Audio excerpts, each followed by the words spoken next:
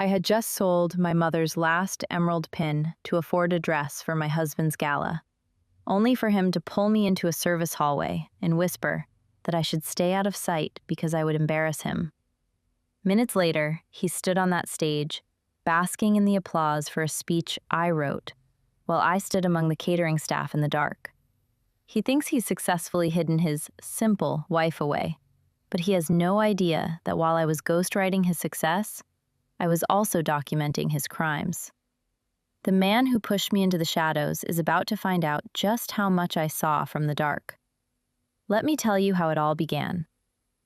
The industrial chill of the service hallway was a stark contrast to the stifling humidity of the Fairmont San Francisco's ballroom.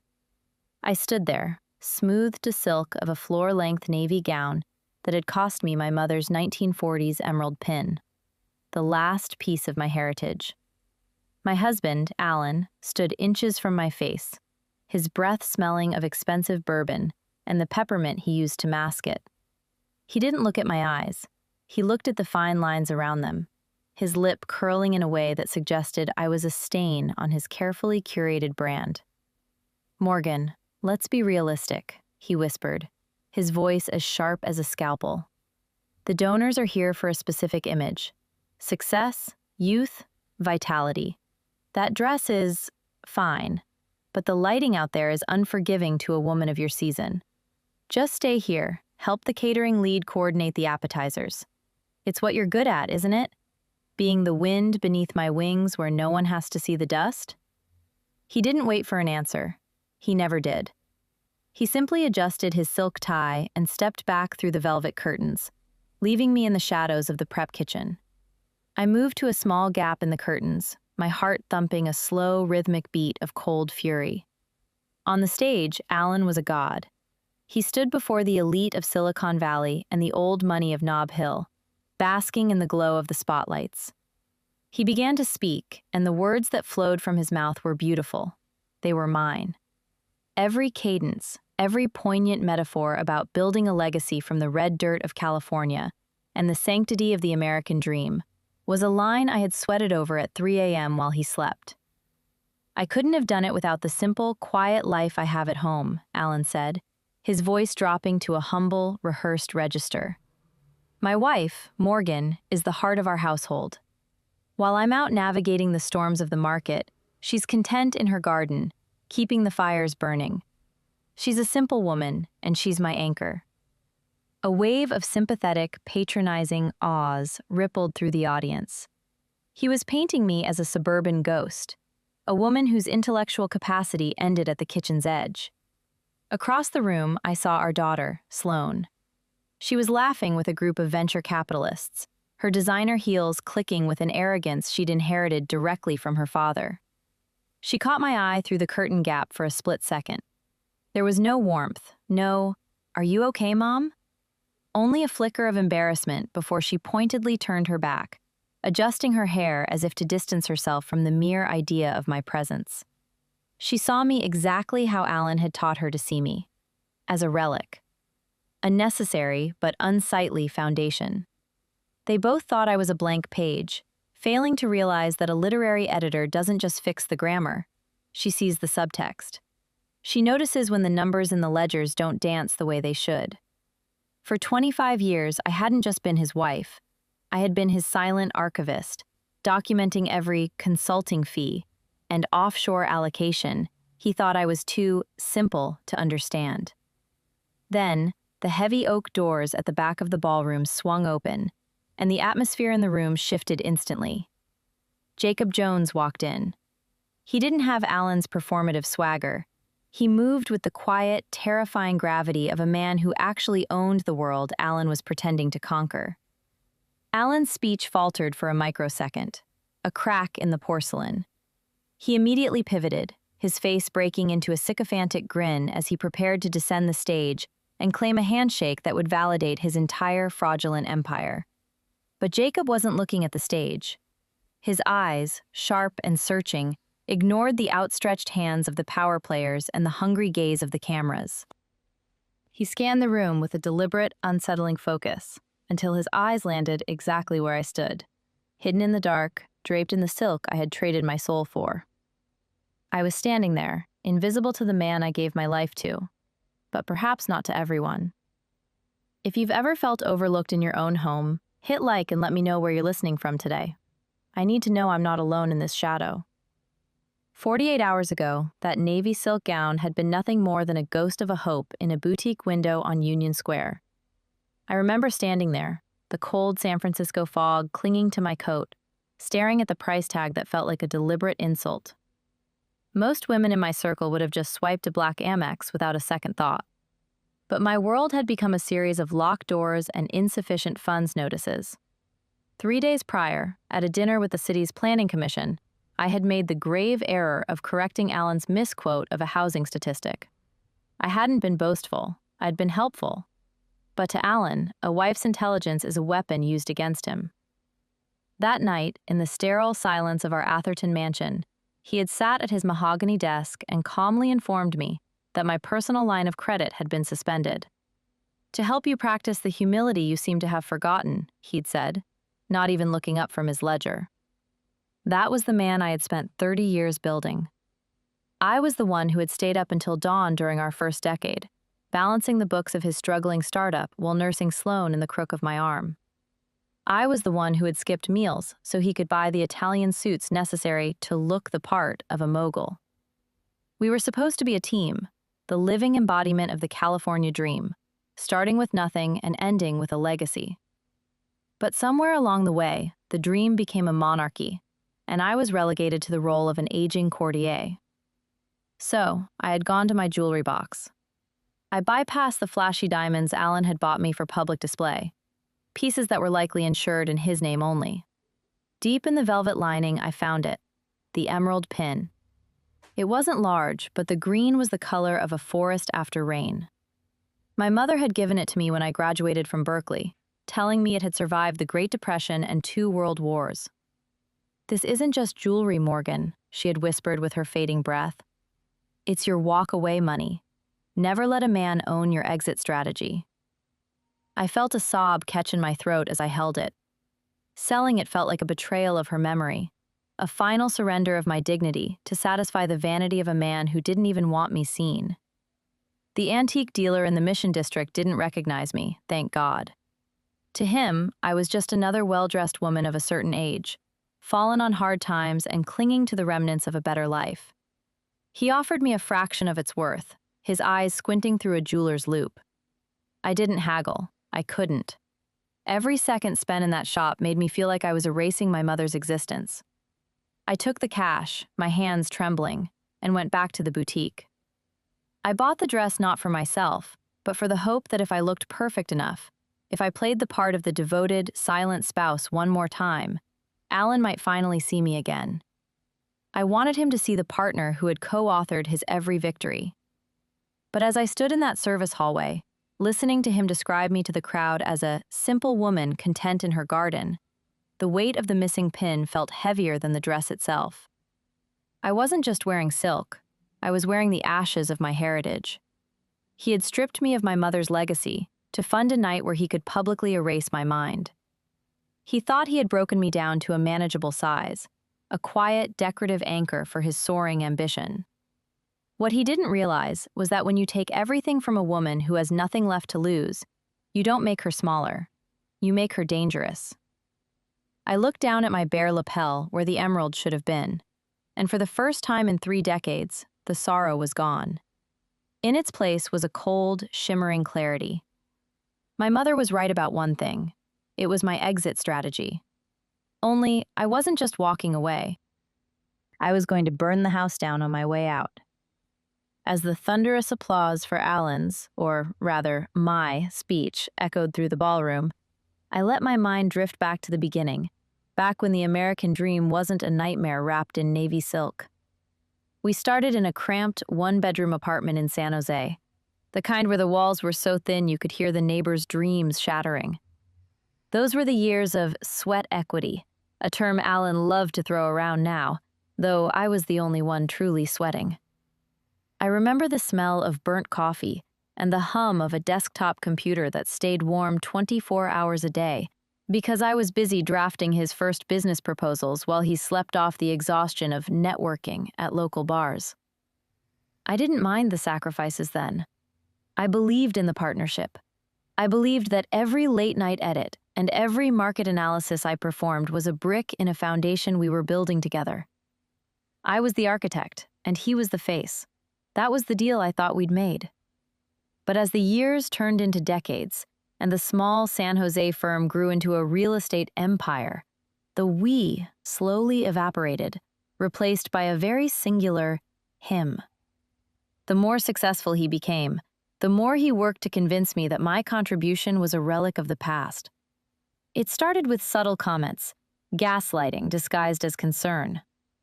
"Morgan, honey, the industry has changed so much. It's all high-frequency trading and digital algorithms now. You're a brilliant woman, truly, but your mind is vintage. Why don't you focus on the garden? The Rose Society would love to have someone with your classic sensibilities." He said it with a smile that never reached his eyes, a smile that told me I was an old model of a car, useful for a Sunday drive, but too slow for the highway.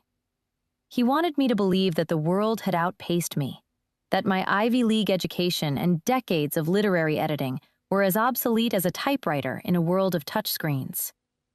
I almost believed him. For years, I stayed in the background, playing the role of the supportive, slightly dim-witted socialite wife.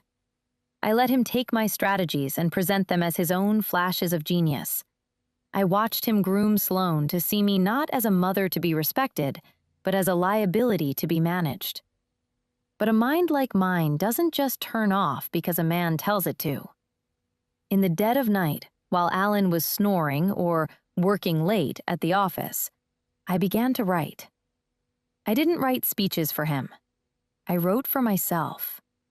I wrote an analytical piece titled "The Decline of Empires: The Intersection of Hubris and Financial Frauds," a scathing critique of the very Ponzi-style tactics I was beginning to suspect Alan was using to keep our lifestyle afloat. I sent it to the California Economic Review under a pseudonym, M.V. Green. I didn't do it for the money. The check they sent was barely enough to cover a week's groceries, but for the sheer, intoxicating rush of knowing my voice still had power. When it was published last month, it became the most cited article in their history. I remember watching Alan read it at the breakfast table, his face turning a mottled red as he scoffed, "Listen to this ivory tower nonsense, Morgan. Some academic trying to tell us how to run a business. This Green character wouldn't last a day in the real world." I just sipped my tea and nodded, hiding a smile behind the porcelain cup. He thought he was looking at a simple gardener, never realizing he was sitting across from the very person who had just intellectually dismantled his entire world. That article was my first breath of real air in 30 years. It was the spark that reminded me that while he might own the house, the cars, and even my daughter's loyalty, he didn't own the machine that built them. He didn't own my mind. The silence that followed Jacob Jones's entrance wasn't the respectful kind. It was the heavy, breathless hush that precedes a seismic shift. I watched from the shadows of the service curtain as Alan practically tripped over his own ego to reach him. He smoothed his tuxedo jacket, flashed that predatory million-dollar smile, and extended a hand that had spent the last 30 years taking more than it ever gave. "Jacob, a pleasure to finally have you at one of our galas," Alan boomed, his voice projecting for the benefit of the surrounding cameras. "I trust you enjoyed the speech." As I mentioned, it's the philosophy that built Green Realty. Simple, honest, American values. Jacob didn't even look at the hand. He didn't even slow his stride. He moved past Alan with the cold indifference of a man passing a street performer, his eyes never leaving the dark corner where I stood. Alan's hand remained suspended in the air, a pathetic, trembling limb, as a wave of suppressed titters rippled through the socialites. Sloane stepped forward, her PR brain already misfiring, trying to pivot to save her father's dignity. "Mr. Jones, I'm Sloane Green, the director of..." Jacob brushed past her too, as if she were made of glass. He stopped exactly 3 feet in front of me. I felt the heat of the ballroom lights finally reaching my face, exposing the navy silk and the lack of the emerald pin. I expected pity. I expected him to look at me the way everyone else did, as the fading accessory of a powerful man. Instead, Jacob Jones smiled, and it was the first genuine expression I'd seen in that room all night. "I knew the lighting would be better back here," he said, his voice a low, resonant baritone that cut through the ambient noise. He didn't comment on my dress. He didn't offer a platitude about my supportive role. He reached into his pocket and pulled out a folded copy of the California Economic Review. "I've read this article 4 times, Morgan," he said, tapping the page. "The Decline of Empires, the Intersection of Hubris and Financial Frauds" by M.V. Green. It's the most brilliant piece of economic subtext I've read in 20 years. The way the author deconstructs the psychological profile of a Ponzi schemer, it's surgical. I told my board that there is only one person in this entire state with an intellectual fingerprint this distinct. A person who understands that the loudest man in the room is usually the one with the emptiest pockets. The blood drained from Alan's face so fast I thought he might faint. He scrambled over, his voice cracking. "Jacob, I think there's a misunderstanding. My wife, Morgan, she doesn't write for journals. She's a gardener. She's an editor, sure, but she just helps me with my domestic correspondence."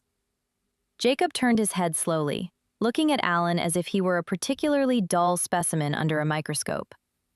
"Alan, you've spent 30 years standing on a mountain you didn't build, and you don't even recognize the stone. I didn't come here to see your simple wife." He looked back at me, his eyes full of a fierce, long-simmering respect. "I came here to see the ghostwriter of the Green Empire. Or should I say, the woman who just wrote its obituary." I felt a surge of adrenaline so sharp it made my fingertips tingle. For the first time in 3 decades, I didn't look at the floor. I didn't look at Alan for permission to speak. I looked Jacob Jones right in the eye. "I'm surprised you caught the subtext on page 12, Jacob," I said, my voice steady and cold. "Most people miss the warning signs until the house is already on fire." Alan's jaw dropped. Sloane looked like she'd been slapped. The simple woman was gone, and in her place stood M.V. Green, the smartest person in the room, and the only one who knew that the floor was about to give way. The air in the ballroom felt like it had been sucked out by a vacuum. The elite of San Francisco were frozen, champagne flutes halfway to their lips, as they watched the tech world's most powerful man treat a simple gardener like a queen. But the silence didn't last long. It was broken by the sharp, rhythmic clicking of heels on marble, the sound of a PR disaster being managed. Sloane swept into the circle, her face a mask of practiced, synthetic concern. She didn't look at me with pride. She looked at me as if I were a cracked pipe leaking sewage into her perfect gala. "Mr. Jones, I think there's been a hilarious misunderstanding," Sloane said, her voice dripping with a calculated, girlish charm. She stepped between me and Jacob, physically trying to push me back into the shadows. "My mother has a very vivid imagination. She used to be an editor, years ago, and sometimes she gets these ideas. She probably showed you some old drafts and claimed they were hers. It's a side effect of, well, being out of the loop for so long." "Mom, why don't you go find some water? You're clearly overwhelmed." I looked at my daughter, the girl I had spent 28 years protecting, the one whose tuition I had paid for by ghostwriting the very strategies that now funded her designer lifestyle. She wasn't just being a loyal daughter to Alan. She was protecting her own dividends. She saw my brilliance as a threat to the Green family brand. In her world, a mother wasn't a human being with a mind. She was a prop. And right now, the prop was speaking out of turn. "Overwhelmed, Sloane?" I asked, my voice coming out low and terrifyingly calm. "Is that the official statement you've prepared for the press? Aging mother loses grip on reality at father's gala?" Sloane's eyes flared with a cold, corporate fury. She leaned in, her voice a harsh whisper that only I could hear. "Stop this, Mom. Right now. You're ruining everything." Do you have any idea how many contracts are riding on tonight? If you embarrass Dad, you're embarrassing me. My career, my reputation, it's all tied to him. Nobody cares about your little articles. They care about the green name. Don't be selfish for once in your life. Selfish. The word felt like a physical blow. I had sold my heritage, erased my name, and lived like a ghost to ensure she never had to want for anything. And here she was, clutching her father's arm, looking at me with the same condescending pity Alan used when he wanted to remind me I was nothing. She chose the lie because the lie was profitable. Alan, seeing his opening, stepped forward and draped a heavy, possessive arm around my shoulders. He squeezed, not in affection, but as a warning. You heard the girl, Morgan. Let's not make a scene. Jacob, I apologize for the confusion. My wife has always been a bit of a dreamer. It's what I love about her, really. Simple minds, simple pleasures. I looked at the two of them, the man who stole my life and the daughter who helped him hide the body.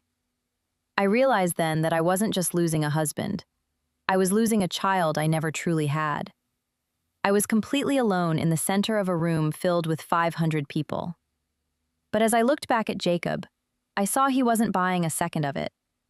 He looked at Sloane with a disgust so profound it made her flinch. Sloane, was it? Jacob asked, his voice like cracking ice.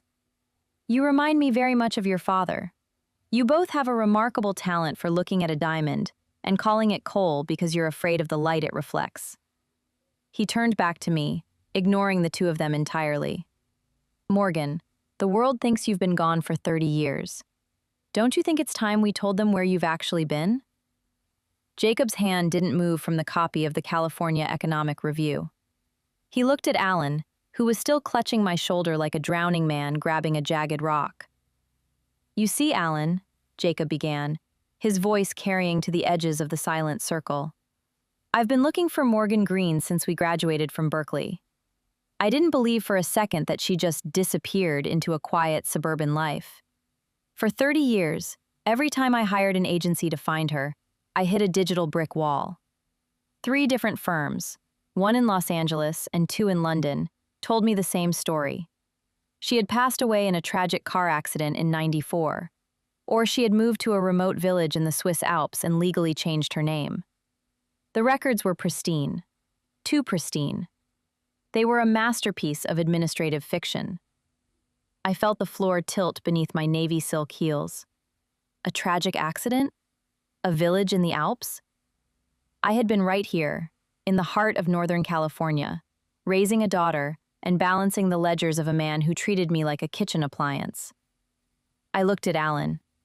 His grip on my shoulder tightened until it was actually painful, his knuckles turning a stark, bloodless white.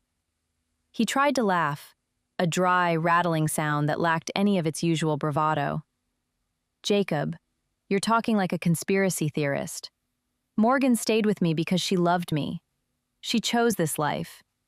My God, man, you've spent too much time in Silicon Valley bubbles if you think a happy marriage is a kidnapping.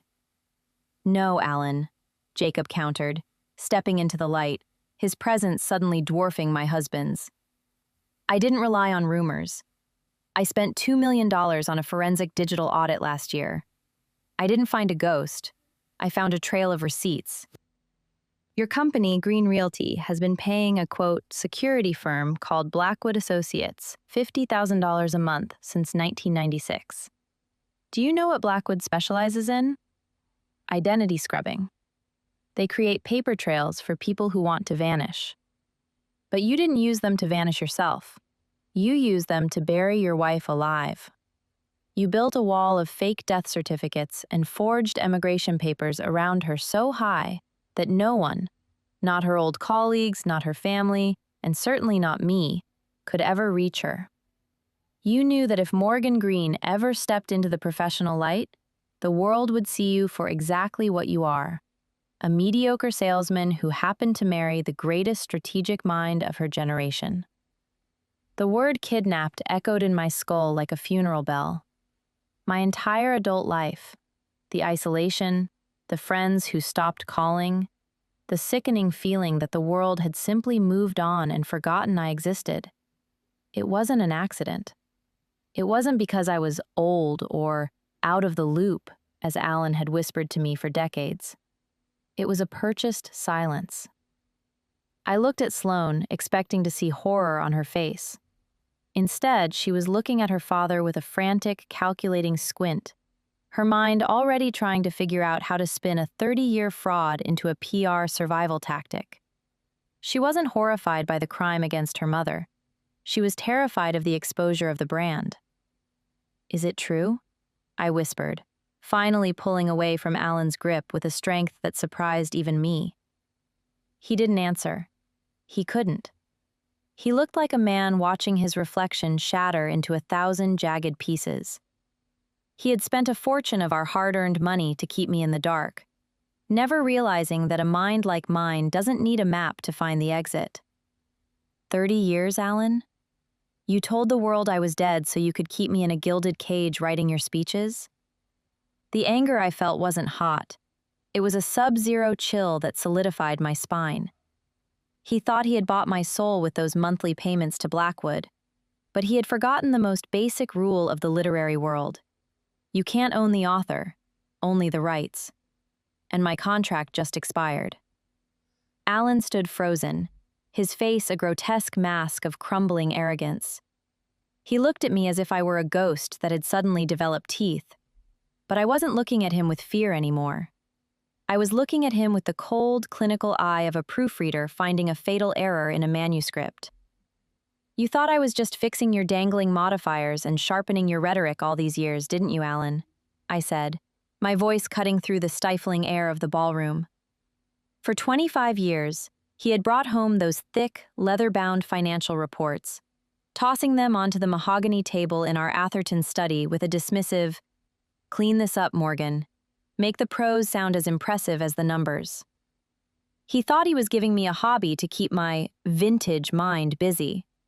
He never imagined that a woman who spent her life analyzing the subtext of great American novels could see the narrative of greed hidden between the columns of a balance sheet. I didn't just edit his grammar, I audited his soul. I started noticing the irregularities back in 2012, the consulting fees that flowed like water into shell companies in the Caymans, and the way he moved capital from the retirement funds of hardworking California teachers into his own speculative high-rises in the Central Valley. Every time he handed me a report to beautify, I left breadcrumbs. I purposely planted subtle, recurring clerical errors in the digital metadata and the footnotes, errors that seemed like accidents to a layman, but served as a neon sign for any forensic accountant looking for a pattern of money laundering. One rainy Tuesday, I nearly lost it all. He walked into the study while I was cross-referencing a set of offshore routing numbers. My heart hammered against my ribs like a trapped bird. I barely managed to switch the screen to a Pinterest board of Victorian gardens before he reached my chair. He just laughed, kissed the top of my head, and said, "Stick to the roses, Morgan. The numbers are too heavy for a heart as soft as yours." That was his fatal mistake. He mistook my silence for submission, never realizing that the most dangerous person in the room is the one who is constantly listening while being ignored. I didn't need Jacob's millions to buy my freedom. I had been building my own exit strategy, byte by byte, on an encrypted server hidden behind a firewall he didn't even know existed. I wasn't just his ghostwriter. I was his silent executioner. Every time he gaslit me, every time he told me I was useless without him, I just went back to the computer and added another folder of evidence. He wanted a simple wife who stayed in the shadows? Well, he got one. But he forgot that it's from the shadows that you see the truth most clearly. My own daughter looked at me with contempt, and my husband thought he owned my very soul. But they forgot one thing. I taught them everything they know, but not everything I know. What would you do if you found out your entire marriage was a strategic kidnapping? Should I have walked away with Jacob's money or finished the job myself? Type "justice" in the comments if you want to see Alan pay for what he did. I didn't wait for Alan to find his voice. I stepped around him, the navy silk of my gown whispering against the marble floor, a sound that felt like the sharpening of a blade. The crowd parted like a dark sea. I could feel their eyes, 1,000 pinpricks of curiosity and judgment, but for the first time in 30 years, I didn't feel the need to shrink. I walked toward the stage where Alan had just stood, basking in the stolen sunlight of my intellect. Behind me, I heard Sloane's frantic whisper, "Mother, get back here. You're making a fool of yourself." But she was wrong. The fool had already been made. I was just here to pull back the curtain. I reached the podium and adjusted the microphone. The feedback hummed for a second, a sharp, piercing sound that silenced the remaining whispers in the room. I looked out at the faces of California's elite, the venture capitalists, the tech titans, the politicians, and I saw Alan in the front row. He was trembling, his face a ghostly shade of gray, his hands twitching as if he wanted to reach out and drag me down. But Jacob Jones stood right behind him, a silent, formidable barrier of cold reality. "Tonight you heard a speech about the American dream," I began, my voice amplified and steady, carrying the weight of 3 decades of suppressed truth. "You heard about building a legacy from nothing. But as a literary editor, I've always been more interested in the subtext. You see, a story is only as strong as its foundation, and Alan Green's foundation is made of paper, specifically, the forged kind." A gasp rippled through the room. I didn't give them time to recover. I tapped the tablet embedded in the podium, the one synced to the massive LED screens behind me that usually displayed the Green Realty logo. Instead of the logo, a series of complex financial spreadsheets appeared. To the untrained eye, they were just rows of numbers. But I had highlighted the anomalies in a searing, toxic red. "If you look at the consulting disbursements from 2018 to the present," I continued, my finger tracing the digital trail, "you'll find a recurring clerical error, a specific typo in the routing numbers that appears only when funds are being diverted from your pension investments into a shell company in the Caymans. I planted that typo. I called it my author's mark. It's the digital fingerprint of a Ponzi scheme that has been cannibalizing your capital to fund the very champagne you're drinking tonight." The room erupted into a chaotic symphony of hushed shouts and the frantic clinking of glasses being set down. I saw a prominent city councilman pale as he realized his daughter's trust fund was likely in those red rows. I looked directly at Alan. He looked small. For the first time, the mogul was gone, replaced by a panicked man caught in a spotlight he couldn't manipulate. "Alan used to tell me I was a simple woman whose mind was vintage," I said, the irony dripping from my words like acid. "He was right about one thing. I am classic. I believe in the old-fashioned concept of consequences." He thought he could hide his crimes behind my prose, but he forgot that the person who writes the story is the only one who knows how it ends. Sloane was staring at the screen, her mouth agape. She wasn't looking for a PR angle anymore. She was looking at the total annihilation of her inheritance. I felt no pity. I had given her my life, and she had traded it for a front-row seat to a lie. I turned back to the microphone, my expression as cold and unforgiving as the Pacific. "The FBI has already received the unredacted versions of these files. The simple gardener has finished her final edit. Alan, the story is over. And frankly, it was a very poor first draft." The air in the ballroom didn't just feel thin, it felt poisonous. As the sirens of the San Francisco Police Department and the federal vehicles began to wail in the distance, echoing off the glass towers of the financial district, Alan finally broke. He scrambled up the stairs of the stage, his face sweating through his expensive foundation, looking less like a titan of industry and more like a cornered rat in a bespoke tuxedo. He reached for the microphone, his hands trembling so violently he nearly knocked the stand over. "It's a lie!" he shrieked, his voice cracking, projecting a desperation that no PR firm could ever spin. "She's a disgruntled, unstable woman.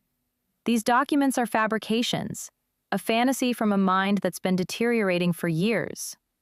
I didn't move. I didn't flinch.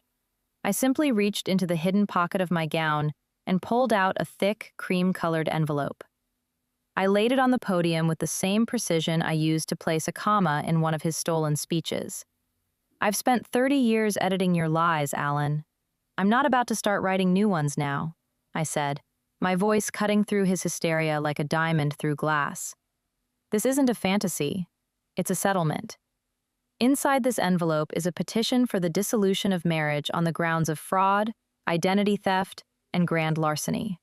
Along with it is a full confession of your financial crimes, pre-signed by your chief financial officer, who, unlike you, realized 3 months ago that I was the one holding the keys to the kingdom."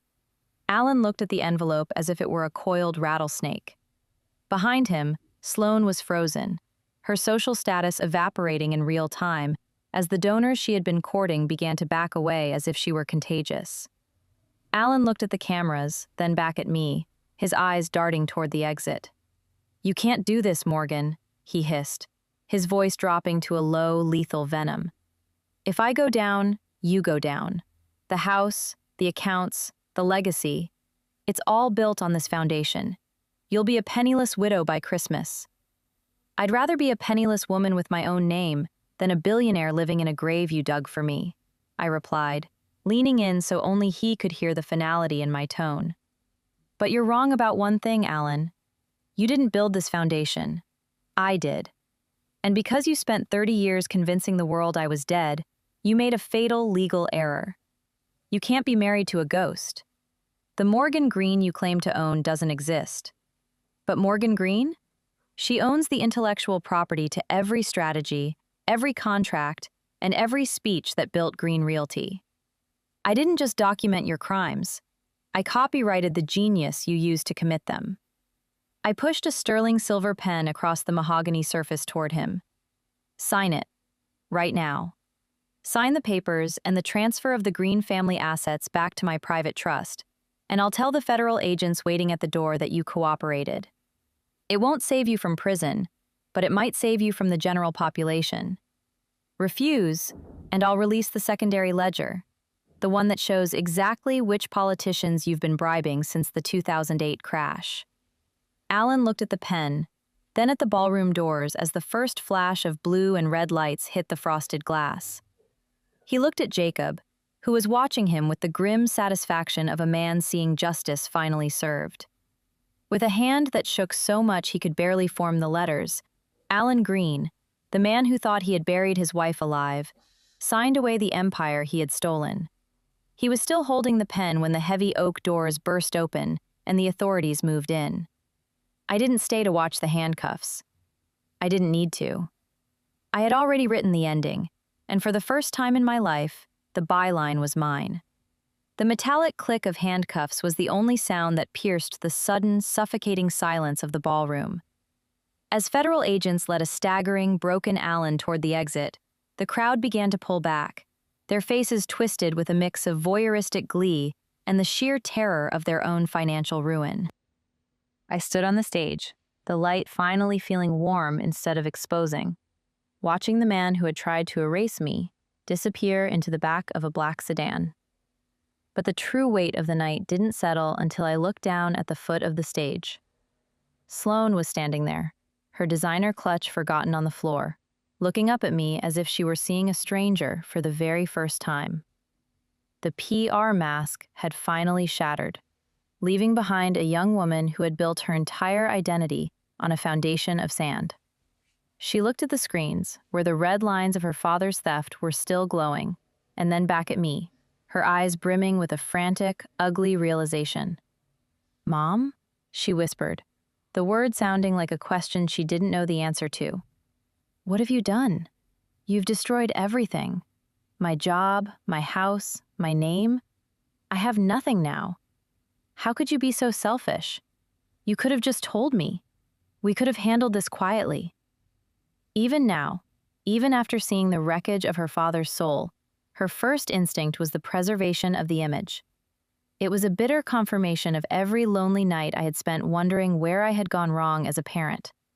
I stepped to the edge of the stage, looking down at her not with anger, but with a profound, final pity. "I didn't destroy your life, Sloane," I said, my voice echoing with a clarity that made her flinch. I stopped maintaining the lie that was consuming mine. You think I'm the one who took your house? Your father spent your inheritance 3 years ago to pay off a whistleblower in Sacramento. The only reason you still had a roof over your head this morning was because I spent my nights rewriting his disastrous contracts to keep the creditors at bay for one more day. She shook her head, tears finally spilling over, smearing the expensive mascara she'd applied so carefully. No, he said you didn't understand the business. He said you were just... Mom. The word was an insult now, a label for the invisible labor she had never bothered to acknowledge. I reached into my bag and pulled out a single, thin file, different from the ones I'd sent to the FBI. I handed it to her. Inside that folder is the deed to a small cottage in Sonoma and a modest savings account in your name. I moved it from your trust 5 years ago, bypassing your father's investments entirely. I knew this day was coming, and despite the way you've looked at me, I couldn't let my daughter drown in his wake. Sloan opened the folder, her hands trembling as she saw the documents. She realized then that the mother she had mocked as useless and vintage was the only person in the world who had actually been looking out for her. The simple woman was the only giant in the family, the one who had been carrying the weight of 2 people who didn't even think she had a pulse. I watched the realization hit her, the crushing weight of her own ingratitude, and the terrifying reality that the luxury she had used as a weapon against me was gone. She reached out, her fingers brushing the hem of my navy dress, a silent, desperate plea for the protection I had always provided. But I stepped back. I had spent 30 years being the safety net for people who didn't believe I could fly. I was done being an anchor. You have a home, Sloan, and you have a chance to build a life that isn't a performance, I said, my voice firm and final. But from now on, you'll have to do the editing yourself. I turned away from the wreckage of the Green family and walked toward the back of the stage, where Jacob was waiting. Behind me, the perfect daughter was left standing in the ruins of a brand, finally realizing that the most expensive thing in her life had been the mother she thought cost her nothing. The transition from the cold, judgmental marble of the Fairmont Ballroom to the sun-drenched oak panels of the lecture hall at UC Berkeley felt like waking up from a 30-year fever dream. There were no flashing cameras here, no sycophants looking for a tip, and certainly no one asking me to stay in the shadows. The air smelled of old books, fresh coffee, and the electric hum of young minds. The scent of a life I had once thought was lost to the grave Alan dug for me. I stood at the lectern, smoothing a simple charcoal blazer. There was no navy silk and no emerald pin. I didn't need a mother's legacy to feel whole anymore.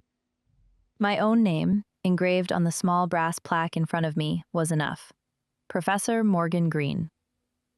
In the final analysis, I said, my voice projecting with a natural authority that no longer required a ghostwriter's mask, a system built on the erasure of truth cannot sustain itself.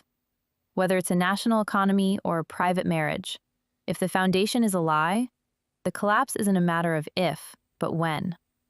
Integrity isn't just a moral choice. It is the only sustainable strategy. I closed my folder, the sound echoing softly in the respectful silence of the hall. The students began to pack their bags, their faces full of the kind of intellectual hunger that used to fuel my own nights. From the corner of my eye, I saw the headlines on a student's tablet. Alan Green sentenced to 15 years for federal fraud. The king of real estate was now just a number in a federal facility near Lompoc, his empire liquidated to pay back the teachers and retirees he had bled dry. Sloan was in Sonoma, working at a local boutique and taking accounting classes at night. She sent me a letter last week. No PR spin, no request for money, just a simple, "Thank you for the cottage, Mom. I'm learning how to balance a ledger." It wasn't a perfect reconciliation, but for the first time, it was an honest one. As the room cleared, I saw a familiar figure leaning against the back door. Jacob Jones didn't look like a tech titan today. He looked like the boy I'd shared coffee with in the library 35 years ago.